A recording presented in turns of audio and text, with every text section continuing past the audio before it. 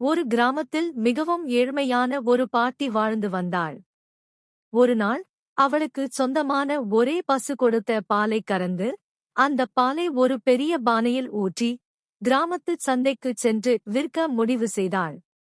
அந்த பெரிய பால் பானையை தன் தலையில் வைத்துக் கொண்டு பாட்டி சந்தையை நோக்கி நடக்க ஆரம்பித்தாள்.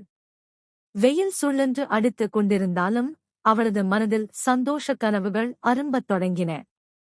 நான் இந்த பாலை விற்று நிறைய பணம் சம்பாதிப்பேன் என்று நினைத்துக் கொண்டாள். அந்த பணத்தில் இன்னும் 2 கோழிகளை வாங்குவேன். அந்த கோழிகள் நிறைய முட்டையிடும்.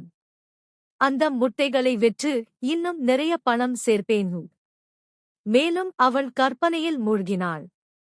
அப்படியே பணம் சேர்ந்ததும் ஒரு வெள்ளாட்டை வாங்குவேன். அது நிறைய குட்டிகளை போடும். அந்த குட்டிகளை விற்று ஒரு பெரிய பன்றியை வாங்குவேன். அப்புறம் ஒரு புதிய பசு மாட்டை வாங்கி அதிலிருந்து தினமும் நிறைய பாலை கறந்து சந்தையில் விற்று கிராமத்திலேயே பணக்கார பாட்டியாக மாறுவேன். அனைவரும் என்னை பார்த்து பொறாமைப்படுவார்கள். அவள் தன் கற்பனை கோட்டையில் மூழ்கி சந்தோஷத்தில் துள்ளி குதித்தாள். யாருமே என்னைப் போன்று செல்வந்தராக முடியாது என்று கத்தினாள். திடீரென்று அவள் தலையில் இருந்த பால் பானை தடக்கென்று கீழே விழுந்து உடைந்து போனது. பாலை விற்கலாம் என்ற அவளின் கனவுகள் அனைத்தும் நொடியில் அழிந்தன.